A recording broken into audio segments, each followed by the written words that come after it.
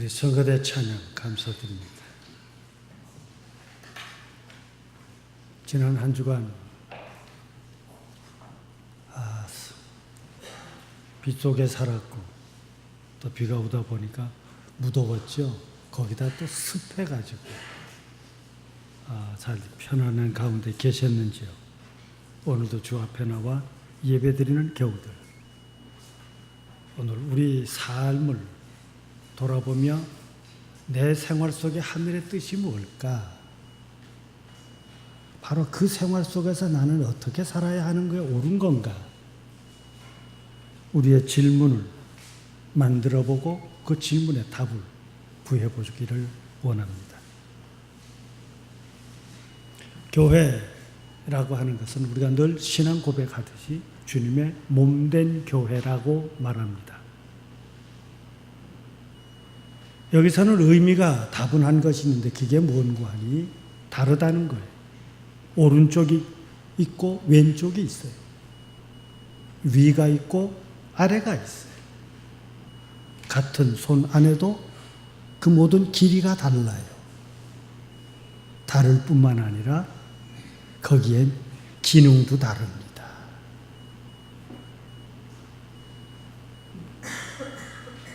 그런데도 오늘 우리는 하나라는 거지요.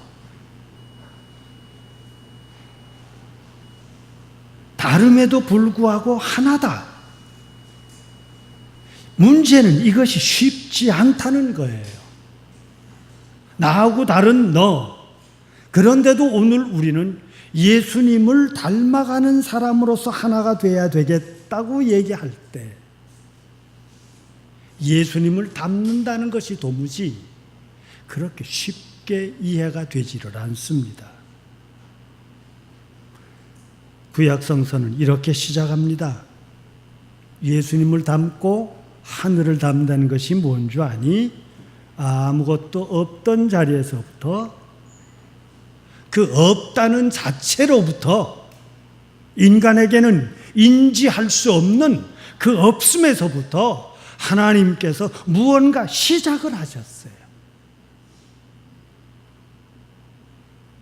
근데 그 시작이 묘하게도 성서를 보면 모든 것을 드러나게 만들어내셨는데 맨 마지막에 사람을 만드실 때 사람에게는 하나님의 형상대로 문제는 구약 성서는 재미있습니다. 자기들입니다. 복수로 돼 있어요. 그걸 설명하자고 하는 건 아닙니다. 하나님의 신의 형상의 모습으로 사람을 창조했는데 그 사람 아담을 만들어 놓고 창세기 1장에 보면 남자와 여자를 만드셨다. 이샤 남자와 여자를 만들었어요. 그리고는 그 두 사람에게 소위 오늘 축복을 약속하셨다고 합니다. 생육하고 번성하고 땅에 충만하고 잘 다스려라. 오늘 우리의 말씀을 통해서 하나님께서 허락하신 이 귀한 축복의 의미를 다시금 되새기는 은혜가 있으시기를 바랍니다. 질문합시다. 땅을 정복하고 땅을 다스리는 것이 에덴 동산이라고 얘기하는 그곳에서 과연 인간의 땀 흘림이 없었을까? 일하지 않았을까? 일했다 그러면 어디까지 했을까?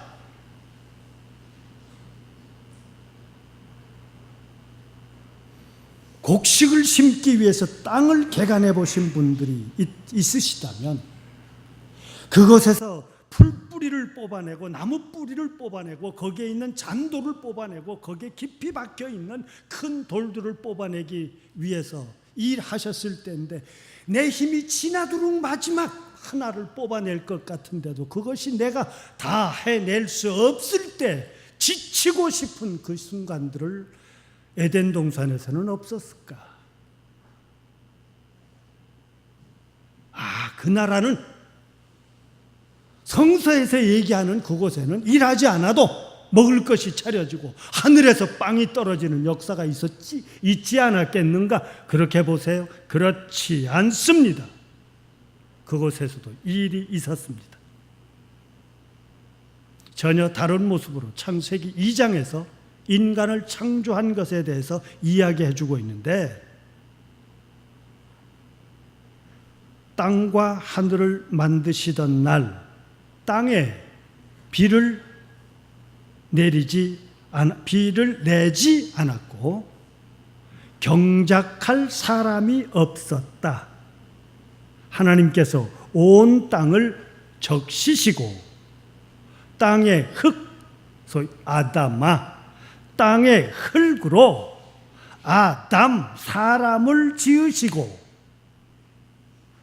그 모양을 가진 그의 코에게 생기, 루아, 네페시, 생기를 넣어주니 그가 비로소 생명이 되더라. 이게 창세기 2장의 얘기예요. 그 하늘나라에서도 모든 사람들이, 남자는 나가서 일해 먹을 것을 거두어 들였고, 여인은 귀한 생명을 내 몸으로 받아들이고 양육하고 출산을 했고 살았던 삶이 그대로 있었다고 저 개인적으로 하나도 다를 바 없이 살았다고 저는 생각합니다. 그런데 이렇게 만들어진 인간, 그 사람에게는 묘하게도 두 가지를 이미 전제해 주고 있어요. 흙이라고 하는 이 삶의 터전과 그가 사람답게 되기 위해서는 하늘로부터 받았다는 그 네페시라고 하는 생명이 되기 위해서는 하나님의 것이 있었어요. 땅의 것과 하나님의 것이 동시에 주어져 있는, 내재해 있는 것이 이 인간 너와 나의 모습입니다. 그래서 생명이라고 하는 단어를 쓸 때 한자로 쓰지 않습니다. 그들은 두 단어를 사용하는데, 하나는 비어스라고 하는 단어를 써서 늘 출생에서부터 죽기까지 살아가고 그것을 지속해내기 위해서 노력하고 아프고 터지고 찢겨지고 꼬매고 치료하고 하는 모든 것들을 이 외적인 인간의 모습, 그런가 하면 내적인 생명이 있어요. 바로 이것은 다분히 종교적인 겁니다. 그것이 바로 조에라고 하는 단어로 생명의 본질, 사람의 본질을 의미할 때 생명이란 단어로 이 두 단어를 씁니다. 오늘 교우들 육신의 외적인 편안함이 있으시기를 바랍니다. 동시에 내적인 저 속에서 내가 나를 쳐다보고도 부끄럽지 아니하며 이 세상 앞에서 나를 하늘 앞에 한 점 부끄러움이 없다는 그들의 고백과 같이 오늘 내 삶의 자리를 쳐다보며 거북함이 없으시기를 바랍니다. 이것이 하늘이 우리에게 주신 사람됨의 모습이에요. 그런데 여기에 바로 인간의 한계성이 여기에 있습니다. 어느 경향성을 가졌느냐? 외적인 것을 지향해서 이 세상에 먹고 살고 유지하는 그 모든 것에 내가 치중할 수밖에 없느냐? 아니면 그래도 사람 됨됨이라고 하는 나를 쳐다보는 자리에 내가 기울어지는 사람이냐? 이 양적인 것이 곧 인간의 한계성이에요. 열심히 살다 보니 나를 잊어버리고 나를 찾다 보니 열심히 산다는 것이 어쩌면 모자랄 수 있지 않습니까? 이것이 동시에 피곤하리만큼 일할 수밖에 없는 나, 그런가 하면 어느 순간인가 내 마음속 깊이에 다가오는 외로움과 고독과 슬픔, 내가 이렇게밖에 못 사나? 이러고도 살아야 하는가? 하는 수많은 갈등들을 가지고 있는 것이 인간의 모습이 한계이고 인간이 가지고 있는 모순이고 동시에 그게 사람이에요. 그 양쪽 속에 없으면 분명히 그는 사람이라고 할 수가 없다는 것입니다. 세상에 것이 있어야 되고 동시에 하늘의 것이 있어야 되겠기에 우린 열심히 살아야 합니다. 부지런해야 됩니다. 동시에 나를 쳐다보며 나를 향한 하늘의 뜻이 무엇인지를 찾아내야 할 것입니다. 그것을 평범하게는 선과 악은, 세상의 물질에는 선과 악이 없습니다. 분명한 것은 세상에는 선과 악이 없습니다. 그 선과 악은 사람에게만 있습니다. 그러니까 내가 내 인생을 쳐다보면서 내가 악한 놈, 때로는 선한 놈, 이렇게 분명하게 구분해낼 수 있었으면 얼마나 좋겠습니까? 근데 문제는 그렇지 않다는 것에 있습니다. 우리에겐 양면성이 있어요. 어느 쪽이 강할까? 나 한 사람의 모습 속에서, 그리고 나 한 사람이 또 다른 너와 더불어의 관계 속에서 오늘 우리의 모든 풀 한 포기와 더불어 돌멩이 하나를 쳐다보는 모든 관계 속에서 오늘 우리들은 바로 선이냐 악이냐 하는 것이 있다 보니 오늘 우리들 하나님의 형상을 닮은 너와 나마저도 외모의 차이, 세상의 소유의 차이, 심지어는 영적인 깊이의 차이 때문에 갈라지는 일이 있어서는 안 될 것입니다. 오늘 우리 스스로가 그런 어리석음을, 한 몸속에 있으면서 너는 왜 오른쪽에 있느냐, 너는 왜 왼쪽에 있느냐 하고 서로 갈라지는 이런 미련함은 없어야 될 뿐만 아니라 동시에 내가 너를 살지 못하게, 인간답게 살지 못하게 하는 그것이 물질이든 정신적인 것이든 사회적인 것이든 어떤 것이 앞서서 이 세상을 괴롭게 해서는 안 될 것입니다. 오늘 우리의 현실은 어떻습니까? 더더군다나 우리가 가져야 될 질문은 신앙인은 어때야 하느냐 하는 겁니다. 우리는 정신적이고 영적인 것에 관심이 있어서 세상적인 것은 관심이 없다고요. 이런 무책임한 얘기가 어디 있습니까? 나는 세상에 일을 하기 때문에, 일해야 하기 때문에, 내가 살기 위해서, 내가 소유할 것을 위해서 내 시간과 모든 것을 거기다 해야 되기 때문에 내가 바르냐, 나를 쳐다보는 이웃이 어떠냐에 대해서 관심을 가질 수 없다는, 어떻게 이렇게 외롭게 살 수가 있겠습니까? 당신은 어느 쪽이십니까? 오늘 우리는 땅을 딛고 삽니다. 그러기에 분명히 이 땅의 사람이에요. 동시에 이 시간 우리는 예배를 드리며 하늘을 품기 위해 이 시간 주의 몸된 교회를 찾아 나와 모든 예배의 순서를 통해서 하늘을 향하고 있습니다. 세상에 열심히 삽시다. 부지런히 삽시다. 그 관계 속에서 어그러짐이 없게 삽시다. 내 이웃이 가슴을 품을 만큼 안타까운 아픔을 주는 관계는 만들어내지 맙시다. 동시에 오늘 우리는 하늘을 향하여 그 모든 약함과 모자람까지도 감추지 말고 우리의 진실한 소원이 무엇이라고 하는 것까지도 정직하게 드러나며 하늘을 향하여 우리는 예배를 드리고 구할 줄 알아야 할 것입니다. 하늘이 주신 하늘이 살라 하신 나의 모습은 그것이 연령이 어쨌건 내 인생에 어떤 실수를 저질렀건 지금부터가 어떠냐고 하는 것을 묻고 살자는 것이에요. 그것을 바로 뜻으로 사는 사람들이라고 그러죠. 하늘의 뜻이 무엇일까? 이것을 질문할 수 있는 그 사람이라면 오늘 지금 여기서부터 하늘을 향해서 가는 것이고 하늘을 향해서부터 지금 여기인 우리가 살고 있는 땅의 삶으로 들어와야 할 것입니다.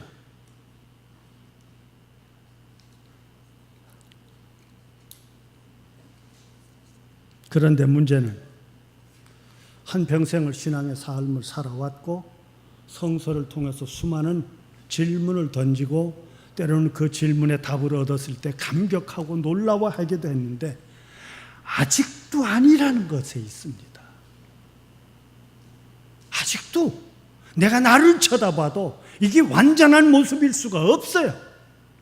아직도 오늘 우리의 주어진 그 삶 속에서 참으로 하늘의 뜻을 이루기에는 수많은 흔들림 속에 살기에 그것을 소위 신앙적으로는 유혹이라는 말로 얘기하고 있고, 이래서는 안 되겠다고 하는 순간으로 번뜩 놀라며 오늘 우리를 다시 찾는 순간을 회개라고 하는 말로 표현했습니다. 지금 나는 어떤 모습으로 있습니까? 우리의 교회는 많은 믿음의 식구들이 있기를 원합니다. 그러나 동시에 중요한 것은 그 한 사람일지라도 진실한 심령을 가진 자가 있기를 원합니다. 수많은 설교를 통해서 오늘 우리의 교우들이 감격과 즐거움과 깨달음과 결심들이 있기를 원합니다. 그러나 동시에 성서를 통한 하늘의 뜻이 무엇임을 바르게 전하는 그 한 사람이 놀라운 기쁨으로 영접할 수 있는 진실을 원합니다.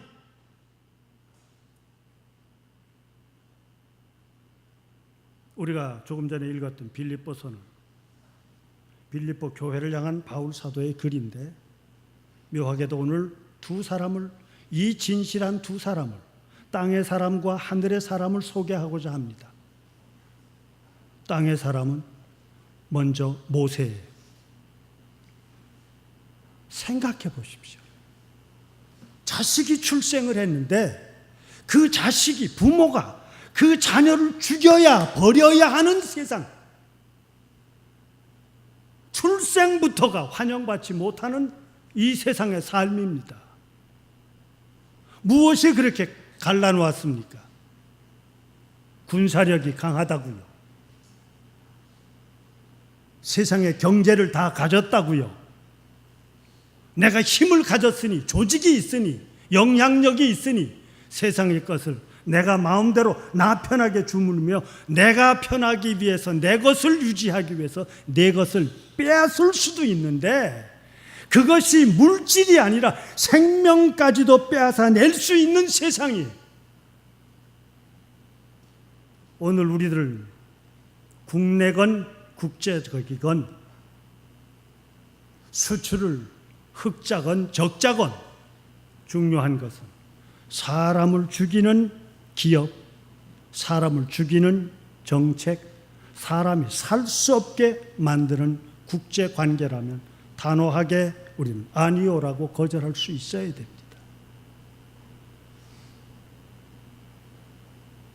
그 모세를, 그런 경험 속에서 살아왔던 모세, 자기의 출생마저도 감출래야 감출 수 없었던 그 비참함을 끝내는 한 권력 속에서 누가 제1인자가 되느냐 2인자가 되느냐 하는 권력의 계승자가 되기 위해서 싸우다 밀려난 모세, 너는 히브리인이에요. 종의 자식이에요. 종의 자식들. 사회적인 어떤 노력에도 그거는 신분 상승이 있을 수 없는 노예의 자식이었습니다. 그러나 아무리 부인하려 해도 부인할 수 없었던 자기였기에 동족을 어떻게 하면 그 억압 속에서, 어떻게 하면 그 비참한 죽음 속에서 살려낼까를 가슴에 품어 보았으나 내 힘으로는 할 수 없었던 사람입니다. 그러던 어느 날 세상의 스네, 흔한 가시덤불에 하나님의 불타는 역사 속에서 신을 만납니다. 누구십니까? 내 조상의 하나님이다. 너는 이 시간까지 가지고 있던 인간의 모든 너를 지키겠다고 생각했던 그 하나마저도 포기하고 신발을 버리고 내 앞에 부복해 머리 숙여라. 그런데 그곳에서 얻어진 것은 뭡니까? 하늘과의 대화 속에서 얻어진 그 하나는 내 손에 있는 지팡이 들고 애굽을 향해 가라 하는 거예요. 내 민족, 하나님의 사랑이 내 민족을 거기서 구원해내라. 이것이 모세를 향한 것이었습니다. 모세는 그때 얘기합니다. 전 말도 못합니다. 제 스스로가 아직 확신이 없습니다. 더더군다나 내 민족에게 가서 내가 이렇게 하늘이 보냈다고 할 때 그들이 믿겠습니까? 믿을 수 없는 땅을 향해 하늘의 뜻을 실천하기 위해서 나설 수밖에 없었던 모세는 모세 스스로의 결심이 아니라 나설 수밖에 없도록 하나님이 함께 하셨습니다. 오늘 우리들에게 이 하나님이 함께 하시기를 바랍니다. 지팡이, 이건 너무나도 평범한 것이고 너무나도 일상적으로 내가 쓰던 도구였어요. 그러나 그 지팡이는 이제 더 이상 모세에게는 지팡이가 아니라 하나님의 능력을 나타내는 하나의 상징, 실제 사건을 일으키는 힘의 근원이 됐습니다. 10가지의 재앙으로 끝내는 애굽에서 이스라엘 백성을 구원해내지요. 다른 눈으로 쳐다봅시다. 국제사회가 지금도 모든 회의와 국가 간의 모든 것을 다 의논하고 결정하지요. 심지어 나에게 손해가 됐으니 다시 하자.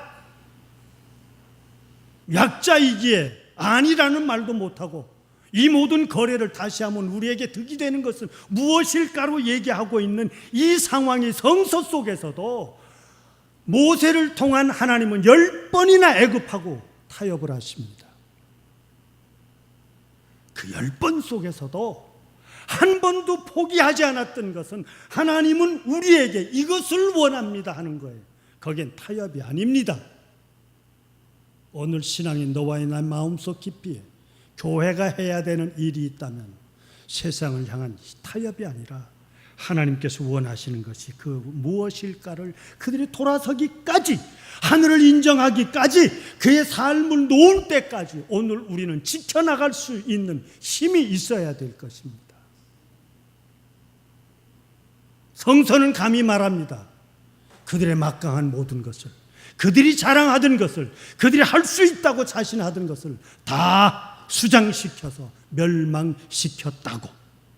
이것이 오늘 우리 교회가 가져야 될 하나의 신앙의 확신이에요.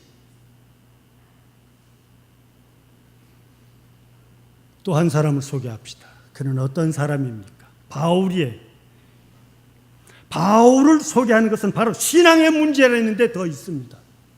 바울 스스로는 나는 다소 출신이고 내가 부유한 가정에 있었기에 나는 유학을 했고 그 유학도 최고의 학교를 다녔고 당시에 최고의 스승이었던 막강한 지불을, 대가를 치르고 나는 가마리엘 문화생이 되었고 소위 요즘으로 말하면 그는 금수저 출신이에요. 그 스스로가 나는 히브리인 중에 히브리인이고 이스라엘의 아브라함의 자손이고 난 난지 8일 만에 할례를 받았고 율법에는 나는 하나도 저촉됨이 없다고 나는 자부심을 가진다. 이게 바울 사도의 고백이었습니다. 소위 신앙 안에서 이쯤 되는 사람이라면 굉장히 대단한 사람이에요. 그 신앙의 열심 때문에 예수를 구주로 믿는다고 하는 것들에 대해서는 참을 수가 없어서 피해가 있는, 멀리 박해를 피해서 가 있는 다메섹에 있는 그것들, 예수쟁이들을 체포하기 위해서 갔던 사람이잖아요. 그런데 그가 경험한 예수쟁이들은 어땠습니까? 그래서 그 사건 가운데서 놀라운 말에서 떨어지고 예수님을 만나는 체험을 했다고 하는 그 고백으로부터 그렇게 지키고 열심히 있던 사울이 변화서 예수님이 참 메시아이시고 오늘 우리의 모든 신앙은 이렇게 살아야 된다고 바꾸어진 가장 결정적인 것이 무엇인 줄 아세요? 신학적으로 분명하게 하십시오. 그게 바로 구원관입니다. 율법으로는 구원받을 수 없구나. 인간의 노력에 의해서 이 모든 것은 될 수가 없구나. 얼마짜리 구원이 있을 수가 없구나. 아무리 그런들 내 속에 또 하나의 내가 있음을 나는 안다. 원하는 내가, 원하지 않는 나의 모습 속에 늘 갈등을 가지고 있기에 바울의 정직한 고백은 오호라 난 불쌍한 놈이다. 이게 우리의 진실한 고백일 겁니다. 그래서 마지막에 그가 고백한 것, 내가 예수님을 전할 수밖에 없는 이유는 하나님의 은혜를 예수님의 삶 속에서 비로소 우리에게 주었으니 구원받을 수 있는 길은 하나님께서 우리를 받아주심인 줄로 이제 내가 깨달았다. 이 하나의 놀라운 사실을 전하지 않을 수가 없었습니다. 그는 철저한 신앙인이었기에 땅의 것을 다 포기하고 그는 그 말씀을 증언하기 위해 나선 겁니다. 그는 복음을 전하기 위해서 그 이후에 당한 일들을 이렇게 고린도후서 11장 16절에서 말합니다. 그들이 하는 말로 소위 바울을 지금 예수쟁이가 됐다는 것 때문에 괴롭히는 향을, 그들이 히브리인이냐 이스라엘이냐 아브라함의 자손이다, 나도 그렇다. 그러나 교회 안에서도 동시에 또 나를 향해서 신앙 안에서도 예수를 구주로 믿는 교회 안에서마저도 나를 다르게 생각하는 사람들이 많은데, 그들이 하나님의 일꾼이냐? 나도 하나님의 일꾼이여 그들보다 더욱 이랬다. 옥에 갇혔고 갇힘이 더 많았으며 매를 맞았으며 여러 번 죽을 뻔했고 유대인들에게 40번에 하나를 감한 매를 5번이나 맞았고 3번이나 태창을 맞았고 1번 돌질을 당했고 3번 파선을 받았고 일주야를 바다에서 여러 번 여행을 했고 그 여행 중 강도로 혹은 대자연 때문에 어려움을 겪었고 동족으로부터 이방으로부터 신의 광야로부터 바다로부터 거짓 형제로부터 내가 수없는 위험을 겪었다. 무엇이 이 모든 삶을, 이 모든 사건들을 견디어낼 수 있었느냐고요? 그것은 오직 하나입니다. 죄 없이 십자가를 지시며 죄인들에 의해서 죽을 수밖에 없으면서도 저들의 하는 일을 저들이 모르니 저들을 용서해 주십시오라고 십자가에서 기도하며 하늘을 향하여 그 마지막 죽음마저도 받아들일 수 있었던 예수님의 삶, 이것이 깨끗한 자가 세상을 향해 사는 삶이었구나. 우린 좀 이제 하늘을 품은 자로 또 한 주간을 살아가는 우리의 세상 속의 땅의 일들을 하늘의 것으로 품으며 죽이는 자가 아니라 살리는 자로, 하나는 정치적이고 국제적이라고 하면 하나는 종교적이고 신앙적이라고 하는 그 속에서도 공통적인 것은 하나님이 너와 나를 부르셨기에 나의 이 내 안에 또 다른 나는 하나님이 원하시는 그 삶을 실천해 나가는 큰 사람으로 한 주간을 사시기를 기원합니다. 기도합시다. 모세를 갑자기 부르신 하나님, 유대계 율법의 열심이었던 바울을, 사울이라고 하는 자를 불러 그 스스로가 자기의 이름을 바울로 다시금 사용하며 세상에 복음을 전하기까지 외로움을 이기고 버림을 이기고 무시를 이기고 따돌림을 이기며 살았던 모습들, 거기엔 놀랍게 주님의 방문이 있었고 주님의 붙드심이 있었음을 보았습니다. 이 시간 창현의 제단을 통하여 하늘을 향하여 예배드리는 오늘 우리를 부르신 하나님, 우리를 부르신 주님, 우리와 지금도 함께 하시기를 원하는 성령의 역사를 이 한 주간 동안 함께 하여 주시기를 원합니다. 지금 지금 그 자리, 이 일터, 그곳, 어쩌면 내 능력 밖의 사건들이 생길 수밖에 없는 그곳에서 마저도 모세에게 지팡이를 들려주셨듯이 사도 바울에게 주님이 친히 나타나시며 성령의 수많은 예언자들과 더불어 동력자들을 주셨던 것처럼 한 주간 동안 우리의 교우들 함께하여 주시옵소서. 그리스도이신 예수님의 이름으로 기도드리옵나이다.